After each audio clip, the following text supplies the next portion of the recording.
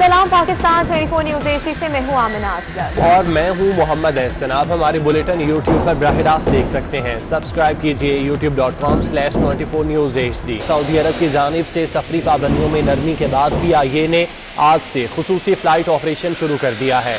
Corona के बायस Saudi हुकूमत ने सिर्फ एकतरफा परवाजों की इजाज़त दी है। तर्जुमान PIA के मुताबिक एक तरफा ऑपरेशन का माली बोझ PIA उठाएगी। तो आपको बता रहे हैं सऊदी अरब की जानिब से सफरी पाबंदियों में नरमी के बाद PIA ने आज से खसूसी फ्लाइट ऑपरेशन शुरू कर दिया है। कोरोना के बाद सऊदी हुकूमत ने सिर्फ एक तरफा परवाजों की इजाज़त दी है। तर्जुमान PIA के मुताबिक एक तरफा ऑपरेशन का माली बोझ PIA उठाएगी।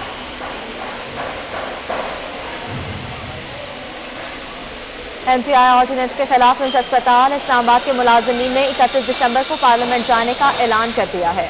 मुलाजमीन गुज़श्ता एक माह से सरापा एहतजाज हैं। एहतजाज के बायस अस्पताल में इलाज के लिए आने वाले मरीजों को मुश्किलात दरपेश हैं। तफसीलात जानते हैं, सबा वजीर हमारे साथ मौजूद हैं। सबा, बताइएगा क्या तफसीलात हैं? आज बिल्कुल इस वक्त मैं पेपल अस्पताल के अंदर मौजूद हूँ और पेपल अस्पताल में पिछले एक महीने से जितने भी मुलाजमीन हैं वो सरापा एहतजाज हैं और मुलाजमीन के एहतजाज की वजह से पेपल अस्पताल की जो OPD है वो बंद है, जिसकी वजह से मरीजों को बहुत ज़्यादा मुश्किलात का सामना करना पड़ रहा है। मुलाजमीन का कहना है कि MTI ऑर्डिनेंस की वापसी तक उनका ये एहतजाज जारी रहेगा और इस वक्त भी पेपल अस्पताल के तमाम जो मुलाजमीन है वो सरापा एहतजाज है। मुलाजमीन ने ऐलान करते हुए कहा है कि 31 दिसंबर को वो पार्लियामेंट का रुख करेंगे और पुरअमन तरीके से अपना एहतजाज जो है वो रिकॉर्ड करवाएंगे। उनका ये कहना है कि MTI ऑर्डिनेंस ला के अस्पताल को प्राइवेट किया जा रहा है और जब तक इस ऑर्डिनेंस की वापसी नहीं होगी तब तक ये एहतजाज जारी रहेगा। ठीक है सबा, बहुत शुक्रिया। अब कुछ बात करें मौसम के हवाले से। इस्लामाबाद समेत मुल्क के मुख्तलिफ इलाकों में शदीद सर्दी की लहर जारी है। डायरेक्टर महकमा मौसमियात खालिद मलिक का कहना है रवा हफ्ते मौसम सर्द और खुश्क रहेगा। मैदानी इलाकों में धुंध का राज रहेगा, जबकि रवा हफ्ते दर्जा हरारत में मजीद कमी वाक़ होगी। फ़िलहाल बारिश का कोई इम्कान मौजूद नहीं है। ये बात उन्होंने 24 न्यूज़ की नुमाइंदा रोजीना अली से गुफ्तगू करते हुए कही। जी बिल्कुल, देखिए इस्लामाबाद का मौसम तो खासा सर्द हो चुका है और बारिश के बाद तो सर्दी बहुत ज़्यादा बढ़ चुकी है। आज भी सूरज की आंख मचोली जारी है और इस्लामाबाद में आज कम से कम दर्जा हरारत 5 डिग्री सेंटीग्रेड रिकॉर्ड किया गया है। लेकिन रवा हफ्ते मौसम की मज़ीद क्या सूरत हाल रहेगी, मेरे साथ डायरेक्टर महकमा मौसमियात खालिद मलिक साहब मौजूद हैं, उनसे जानते हैं। खालिद साहब, इस्लामाबाद के अलावा और मज़ीद जो दीगर भी शहर हैं वहाँ पर क्या मौसम की सूरत हाल रहेगी, कैसा रहेगा? रवा हफ्ता पूरा बारिश है या कुछ बेहतरी? नहीं, बारिश तो नहीं है। जो वेदर सिस्टम था वो ऑलरेडी पास कर चुका है। अब टेम्परेचर ड्रॉप होने की बारी है। अब इस वीक में जो आपके टेम्परेचर्स हैं वो ऑलमोस्ट पूरे कंट्री के वो नॉर्मल से बिलो चले जाएंगे। जैसे रावलपिंडी में, इस्लामाबाद में आज 5 डिग्री सेल्सियस रिकॉर्ड हुआ है। ये कम होके नुक्ता इंजमात तक पहुंचने के चांस 1-2 तक जा सकता है। जब रेन हो चुकी है उसके बाद वाटर कंटेंट्स आपके एटमॉस्फेयर में आ जाते हैं तो उसके बाद फॉग के चांसेस बढ़ जाते हैं और आपके जो मोटरवेज़ हैं या डिस्ट्रिक्ट रोड्स हैं उन पे जो आपकी विजिबिलिटी है वो बहुत कम होके तो ज़ीरो पे भी जा सकती है, जिसकी वजह से मैदानी इलाके जो है ना वो इस धुंध की वजह से वहाँ पे आमद-ओ-रफ्त में प्रॉब्लम हो सकती है। बहुत शुक्रिया खालिद मलिक साहब की गुफ्तगू आपने सुनी कि रवा हफ्ते में सर्दी को एंजॉय कीजिए, धूप का मज़ा लीजिए। दर्जा हरारत में नुमायां तौर पर कमी होती जाएगी। बारिश के अभी मज़ीद कोई इम्कानात नहीं है, लेकिन दर्जा हरारत कम होने से सर्दी की शिद्दत बहुत से इलाकों में मज़ीद बढ़ जाएगी। ठीक है, बहुत शुक्रिया आपका। कलात और गिरदोनवाह में सर्दी की शिद्दत में इजाफा हुआ है। साइबेरिया से चलने वाली हवाओं ने डेरे डाल रखे हैं। गुज़श्ता 24 घंटों के दौरान दर्जा हरारत -9 डिग्री सेंटीग्रेड रिकॉर्ड किया गया। कलात और गिरदोनवाह में सर्दी की शिद्दत में इजाफा हुआ। साइबेरिया से चलने वाली हवाओं ने डेरे डाल रखे हैं, जबकि गुज़श्ता 24 घंटे के दौरान दर्जा हरारत -9 डिग्री सेंटीग्रेड रिकॉर्ड किया गया। शहर कायद के मौसम की बात करें तो कराची वाले सर्द मौसम से बचाव की तैयारियां कर लें। महकमा मौसमियात ने रवा हफ्ते शहर का पारा 8 डिग्री तक गिर जाने का इम्कान जाहिर कर दिया है। साइबेरियन हवाओं का भी राज जो है वो बरकरार रहेगा।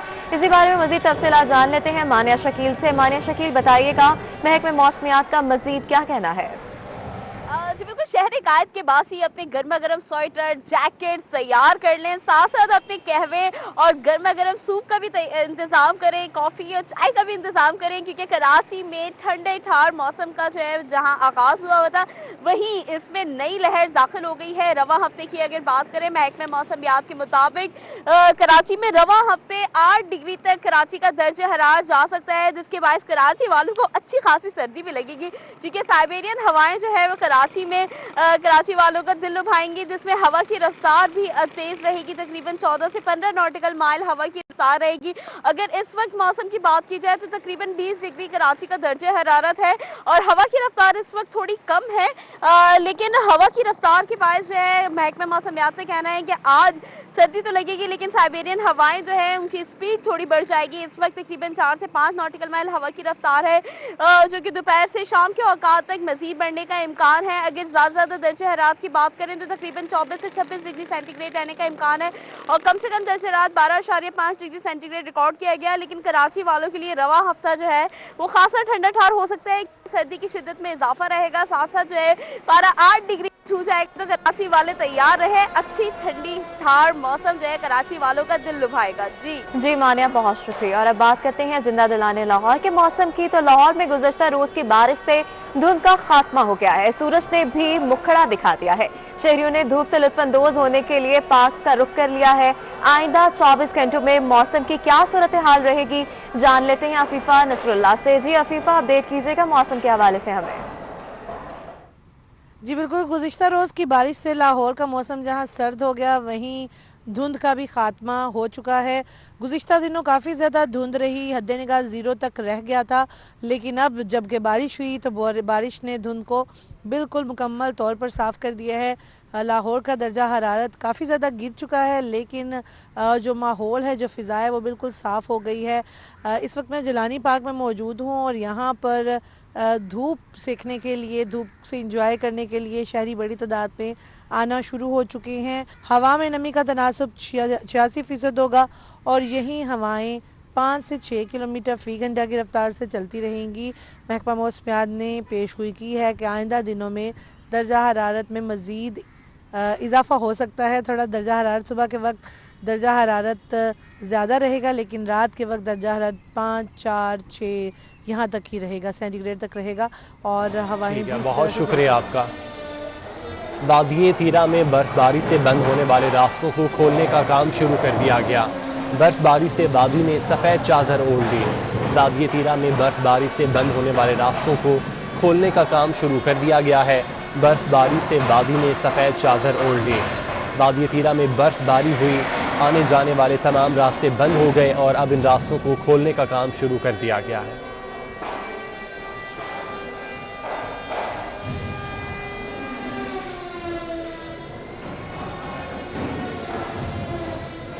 सात हिरनों की हलाकत के बाद बहावलपुर चिड़ियाघर से अच्छी खबर आ गई। चिड़ियाघर में हिरन की पैदाइश हुई है। नन्हे हिरन को देखने के लिए मकामी सयाहों का तांता बन गया। तफसीलात महमूद जहीर से जान लेते हैं। जी महमूद। जी बिल्कुल, 7 हिरन अचानक हलाक हुए जब बहावलपुर के चिड़ियाघर में तो उदासी की फिजा थी और सेंस में भी शायद ऐसा लगता था जैसे फिजा तो हुआ हो, लेकिन एक अच्छी खबर सामने आई है। एक नन्हे हिरन की पैदाइश हुई है, जिसको देखने के लिए बिल्कुल सही कह रहे हैं आप, तांता बन गया रश का, आवाम का भी, और उसके साथ साथ उसकी अकेली हैं और उसके लाड प्यार जो माँ के साथ जारी हैं, उसे देखकर सबके सब महसूस हो रहे हैं। तो बहावलपुर चिड़ियाघर से एक बुरी खबर के बाद, जो कि चंद दिन पहले 7 हिरनों की हलाकत की खबर हुई थी, उसके बाद एक अच्छी खबर सामने आई है और एक नन्हे हिरन की पैदाइश हुई है। जी ठीक है, बहुत शुक्रिया आपका। बुलेटिन में खबरों का सिलसिला जारी रहेगा, लेकिन एक ब्रेक के बाद हमारे साथ रहिए।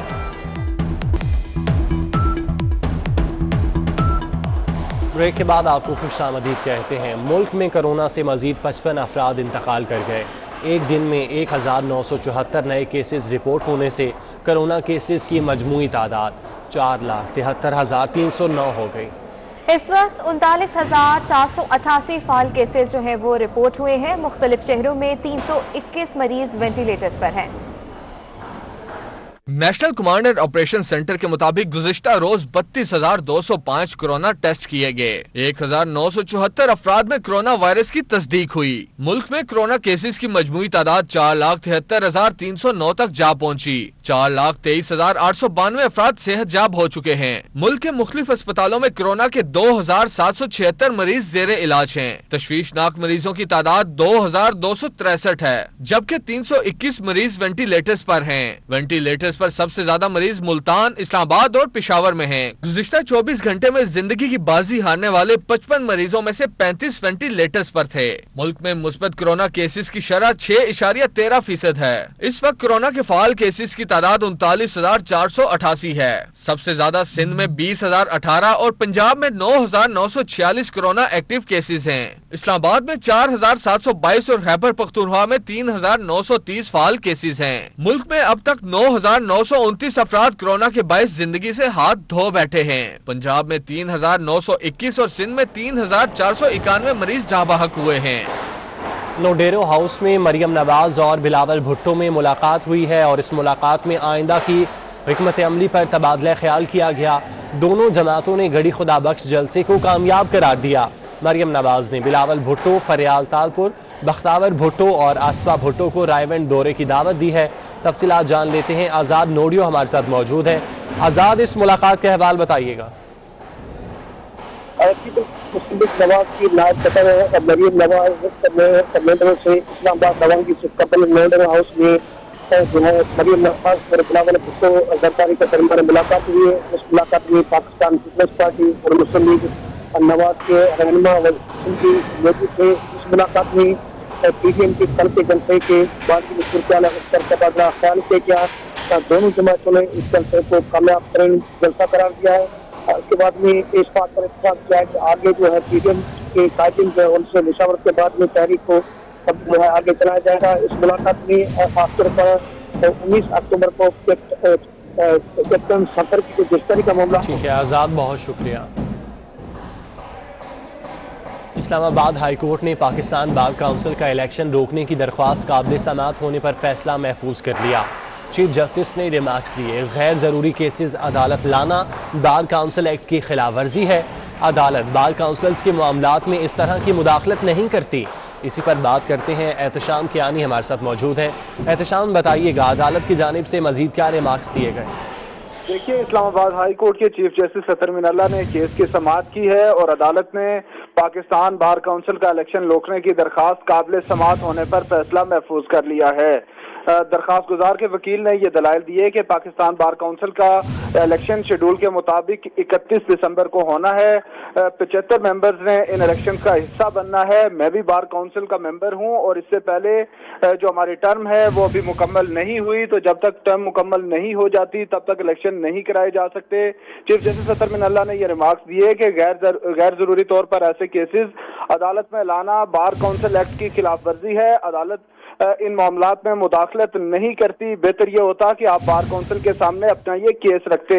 अदालत ने दरखास्त काबिल समाअत होने पर फैसला महफूज कर दिया गया है। बहुत शुक्रिया। अच्छा, इस्लामाबाद का नया मेयर कौन होगा, फैसला आज होगा। मेयर इस्लामाबाद के ओहदे के लिए वोटिंग का अमल जारी है। 3 उम्मीदवार के दरमियान मुकाबला है। फिर आदिल शाह नून लीग और मलिक साजिद महमूद पीटीआई के उम्मीदवार हैं, जबकि अजहर महमूद आज़ाद हैसियत से इलेक्शन में हिस्सा ले रहे हैं। इसी पर मजीद तफसीलात ज़िशान अली भट्टी से जान लेते हैं। ज़िशान, अपडेट कीजिएगा हमें।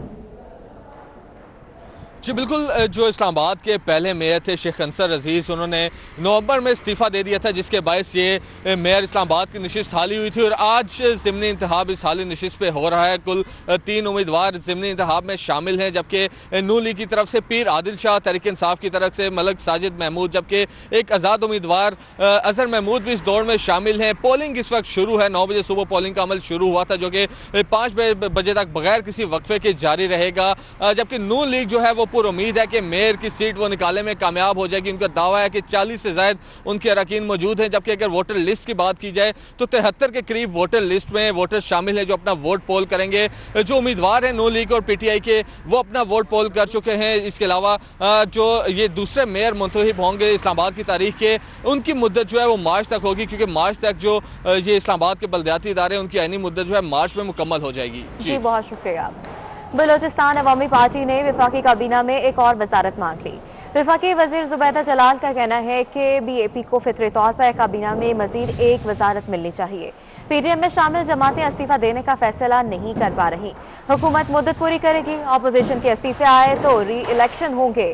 तो आपको अपडेट कर रहे हैं, बलोचिस्तान अवामी पार्टी ने वफाकी काबीना में एक और वजारत मांग ली है। वफाकी वजीर जुबैदा जलाल का कहना है कि BAP को फितरी तौर पर काबीना में मजीद एक वजारत मिलनी चाहिए। PDM में शामिल जमातें इस्तीफा देने का फैसला नहीं कर पा रही। हुकूमत मुद्दत पूरी करेगी, अपोजिशन के इस्तीफे आए तो री इलेक्शन होंगे। तो आपको अपडेट कर रहे हैं अहम खबर से, बलोचिस्तान अवामी पार्टी ने वफाकी काबीना में एक और वजारत मांग ली है।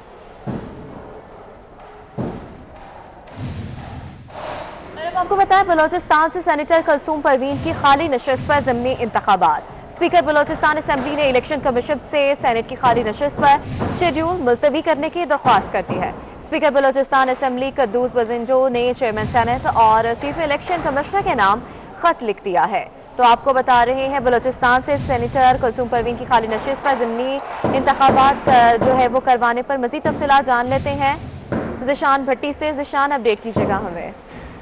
जी बिल्कुल, देखिए ये जो नशिस्त खाली हुई थी सेनेटर कुलसूम परवीन के उनके फौत होने के बाद इलेक्शन कमीशन ने इस नशिस्त पर ज़िमनी इंतखाब का शेड्यूल जारी किया था। ताहम जो स्पीकर बलोचिस्तान असेंबली हैं उन्होंने अब खत लिख दिया है सेनेट और इलेक्शन कमीशन को।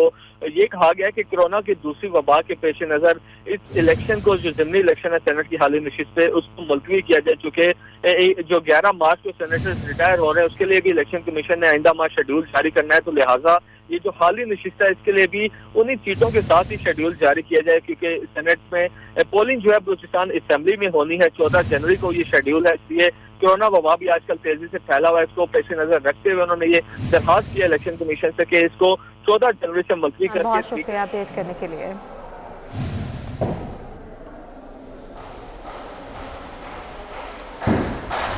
खबरें और भी हैं, शामिल करेंगे इस ब्रेक के बाद। हमारे साथ रहिए।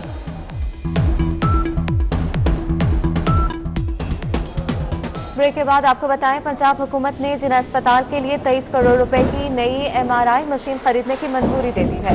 बजट न होने के बायस हेपेटाइटिस की अद्वियात के लिए मुख्तस फंड से मशीन की खरीदारी की जाएगी। तफसीलात जानते हैं, अली रामे हमारे साथ मौजूद हैं। जी अली, बताइएगा, नई मशीन खरीदने की मंजूरी दी गई है। 2008 में ये मशीन जिना हॉस्पिटल में नस्ब की गई थी और इसके लिए अब मौजूदा हुकूमत ने फैसला किया क्योंकि पहले से ये मशीन ख़राब है तो इसको अब तब्दील कर दिया जाए। तो उस पर वज़ीर आला पंजाब के अहकामात पर महकमा specialised health care medical education ने बाकायदा ये मरासला वज़ीर आला पंजाब को अरसाल किया कि इसके लिए 23 करोड़ रुपये का बजट जो है वो भी दरकार है।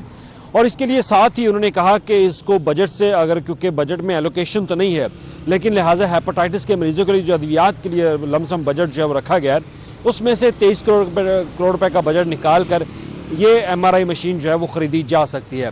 तो उस पर वज़ीर आला पंजाब ने यह मामला कैबिनेट कमेटी बराए ख़जाना को अरसाल किया कि वो इस पर उनकी मशावरत से मुतफ़िका राय से ये फैसला किया जाए कि आया वहाँ से ये बजट निकाल कर ये ख़रीदने की मंजूरी दी जाए। तो उस पर हमारे ज़राए के मुताबिक कैबिनेट कमेटी बराए ख़जाना उन्होंने अप्रूवल दे दी है कि ये बजट जो है ये इस्तेमाल किया जा सकता है MRI मशीन ख़रीदने के लिए जो जिना हॉस्पिटल में नई लाई जाएगी। तो इससे पहले जो मशीन नस्ब थी उससे 98,000 केसेस जो है वो परफॉर्म किए गए, लेकिन अब नई मशीन नस्ब करने का मकसद ये है कि जो पहले से पुरानी मशीन है जो अनफंक्शनल है उसको चेंज कर दिया जाए और नई मशीन ख़रीद कर वहाँ पर मरीज़ों को जो सहूलियात हैं वो दी जाएँ। तो इसके लिए 23 करोड़ रुपये का बजट बाकायदा हुकूमत पंजाब ने अप्रूव कर दिया है। चीनी में चीनी और आटे के दाम फिर बढ़ गए। चीनी में 7 रुपये और आटे के 10 किलो के थैले में 20 रुपये तक इजाफा हो गया। तफसीलात जानते हैं हबीब खान से, जो कि इस वक्त रिटेलर एसोसिएशन के सदर फरीद कुरैशी के साथ मौजूद हैं। जी हबीब। जी बिल्कुल, शहर कायद में एक बार फिर जो है वो आटे और चीनी की कीमत में इजाफा देखा जा रहा है। आटे की अगर बात की जाए तो आटा शहर में जो है वो 55-56 रुपये फ़ी किलो तक जो है वो दोबारा फ़रोख्त होने लग गया था, लेकिन एक बार फिर 60 से 62 रुपये जो है वो 2.5 नंबर आटे की कीमत हो गई। इसके अलावा अगर फ़ाइन आटे और चक्की आटे की बात करें तो उनकी कीमतों में भी जो है वो एक बार फिर इजाफा देखा जा रहा है। इसी हवाले से बात करने के लिए हमारे साथ इस वक्त रिटेलर एसोसिएशन के सदर फरीद कुरैशी मौजूद हैं। फरीद भाई, एक बार फिर आटा और चीनी दोनों की कीमतों में इजाफा हो रहा है, क्या वजूहात हैं आटा और चीनी की कीमतों में इजाफे की? एक बार फिर से चीनी जब आई है उस पर 71 रुपीज़ के जी आ गई थी, लेकिन उसके बाद दोबारा अब 84 रुपये में 85 रुपये में बिक रही है। ये तो रिटेल का हाल है, लेकिन जब होलसेल के रेट बढ़ जाते हैं या शुगर मिल वाले उसको रेट बढ़ा देते हैं तो वो रेट बढ़ने के बाद रिटेल पे उसका असर आता है। यही मसला है कि गंदम जब मिलती है तो फ्लोर मिल वाले गंदम को उसी तरह बेचते हैं, लेकिन जब ओपन मार्केट से गंदम खरीदते हैं तो वो उसके रेट बढ़ जाते हैं। अच्छा, जो जहाज़ आ रहे हैं, बार बार कहा यह जा रहा था कि जहाज़ आ गए हैं, आटे की कीमतों में कमी आ गई है। वो जहाज़ जो आ रहे हैं उस तो पूरे पाकिस्तान के लिए आ रहे हैं और वो हर जगह जाता है। कराची में जो कोटा है या उसके हिसाब से वो तकसीम हो रहा है। जी बिल्कुल, जिस तरह हमने सुना कि गुज़िश्ता दिनों में जो कमी हुई थी उसमें अब थोड़ा सा इजाफा भी देखा जा रहा है। आटे का अगर जो बोरे की बात करें तो 10 किलो आटे का थैला इस वक्त शहर में 600 से 620 रुपये में जो है वो फ़रोख्त किया जा रहा है। इसी तरह से शुक्रिया अपडेट करने के लिए। रावलपिंडी में गैस की किल्लत है। लाल हवेली और राजा बाजार के इतराफ में गैस लोड शेडिंग से शहरी शदीद परेशान है। मजीद तफसीलात सरदार सदाकत से जान लेते हैं। सरदार सदाकत, बताइएगा शहरियों का क्या कहना है? जी बिल्कुल, उस वक्त हम मौजूद हैं रावलपिंडी। ये राजा बाज़ार से मुल्हिका आबादी है और रावलपिंडी का राजा बाज़ार जो है वो तारीख़ के एतबार से 200 साल पुराना बाज़ार है और उसके बिल्कुल ये मुल्हिका आबादी है जहाँ पर गैस नाम की कोई चीज़ नहीं है। मैं बताता चलूँ कि यहाँ जिस महल्ले में हम मौजूद हैं यहाँ से 3 जो इलेक्टेड मेंबर हैं, जिनमें से 1 कौमी असम्बली के मेंबर और 2 सूबाई असम्बली के जो मेंबर हैं, उनका घर भी यहीं इसी यूसी में वाक़ है। इस वक्त इस महल्ले के जो शहरी हमारे साथ मौजूद हैं, इनसे पूछते हैं कि ये गैस के एतबार से इनका क्या कहना और ये कितने परेशान हैं। हमारे जी यहाँ ये नया मोहल्ला का एक इलाका है, ये यहाँ पे बड़े बड़े सियासी लोग भी रहते हैं। एजाज़ खान एजाज़ी का घर भी है जो MP है, चेयरमैन भी IT के। उसके अलावा यहाँ शेख रशीद वगैरह साथ ही लाल वैली में भी है, लेकिन यहाँ 3 महीने से 1 मिनट के लिए भी गैस नहीं आई और बार बार हम शिकायतें भी की, बार बार हमने रिपीट भी किया, एहतजाज भी किया, कोई महकमा ने आके पूछा तक नहीं अभी तक। और ये बिल का है, ये आपके सामने बिल है। ये जब गैस आती थी बिल आता था हमारा ज़्यादा से ज़्यादा 2000 रुपये और अब 3 महीने से गैस नहीं आ रही, पानी आ रहा है उस गैस से उसकी जगह उन्होंने ये 6,400 रुपये का बिल भेजा है। ये मौजूदा बिल है, तो हम क्या करें बताएं? हम बहुत मुश्किल में हैं। यहाँ हम लकड़ी जलाएं या फिर कोयले लें, हमारा गुजारा नहीं होता है। यहाँ पर जब गैस आती थी तो उस वक्त का जो बिल है वो 2000 रुपये का और अब पिछले गुज़िश्ता 3 माह से जो है वो गैस नहीं आ रही, लेकिन बिल इनके हाथ में जो अभी आखिरी जो बिल है वो 6,400 रुपये का। और इनका कहना यह है कि जो हुक्मरान जमात है वो मेहरबानी करें और वो अपने किए गए वादे पूरे करें ताकि अवाम को कम अज़ कम ये जो बुनियादी सहूलत है। जी बहुत शुक्रिया अपडेट करने के लिए। बुलेटिन में अभी वक्त हुआ एक ब्रेक, हमारे साथ रहिए। इंतजामिया की गफलत के बायस गुलाब देवी हस्पताल लाहौर की लिफ्ट खराब है। OPD की लिफ्ट खराब होने से मरीजों को मुश्किलात का सामना करना पड़ रहा है। इसी हवाले से मजीद तफसीलात जान लेते हैं। बसाम सुल्तान हमारे साथ मौजूद हैं। बसाम, बताइएगा इस हवाले से क्या सूरत हाल है? जी, गुलाब देवी अस्पताल में इंतज़ामी गफलत के बायस आने वाले मरीज़ों को शदीद मुश्किलात का सामना है। जो कार्डियोलॉजी OPD है, कार्डियोलॉजी का आउट पेशेंट डिपार्टमेंट है, वहाँ पर उस डिपार्टमेंट के अंदर जो लिफ्ट नस्ब की गई हैं उनमें से एक लिफ्ट भी जो है वो चालू नहीं है। 3 मंजिला इमारत है और साथ ही साथ जो एग्जामिनेशन सेल है वो भी बालाई मंजिलों पर है। जो सीनियर प्रोफेसर्स हैं वो भी बालाई मंजिलों पर बैठकर जो है वो मुआयना करते हैं और मरीज़ों का जो है वो पैदल बालाई मंजिलों पर जाना जो है वो इंतहाई मुश्किल दिखाई देता है।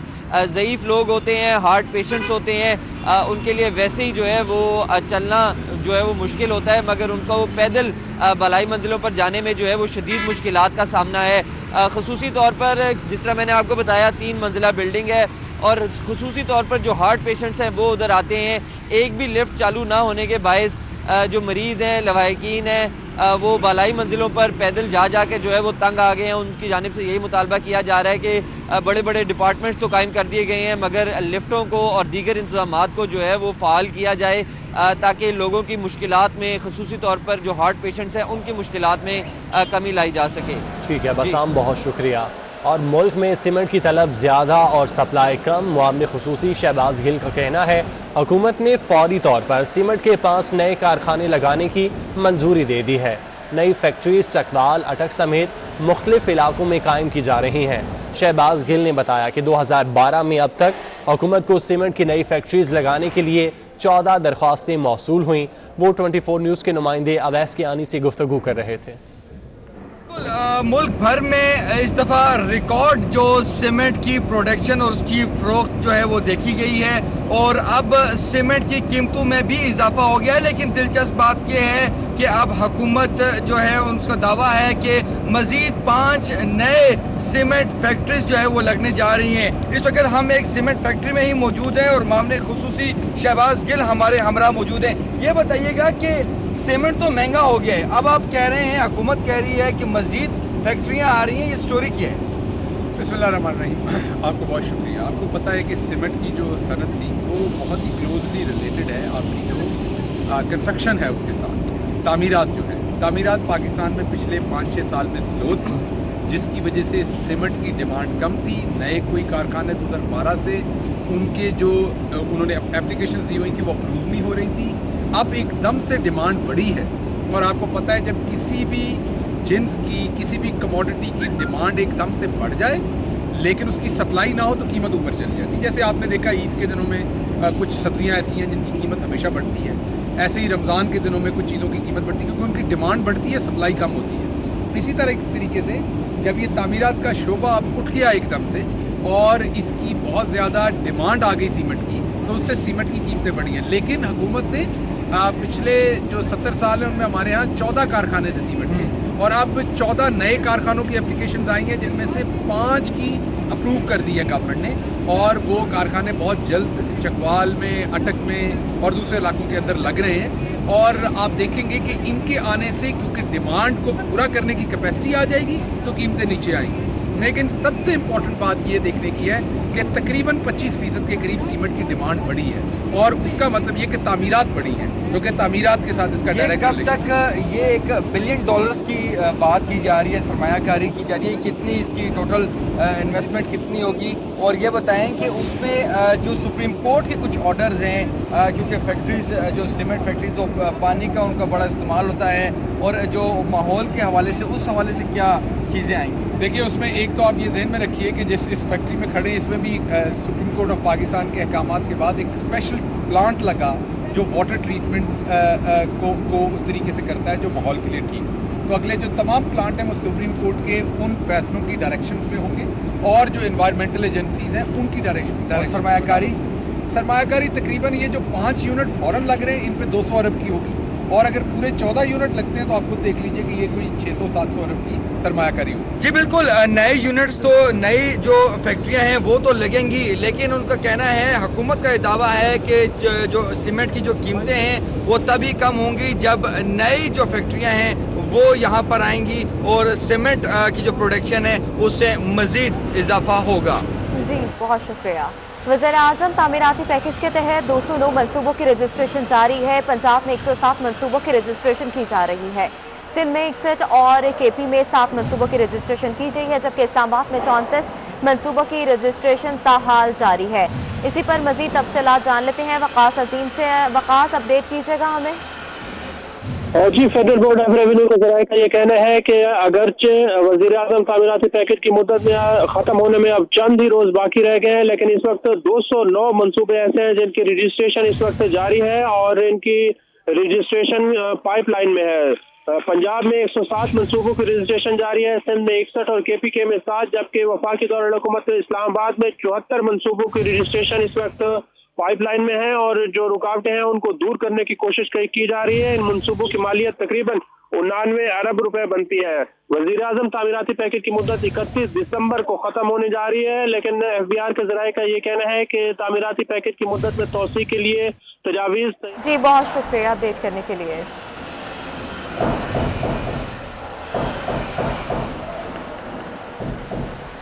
अब तक के लिए इतना ही।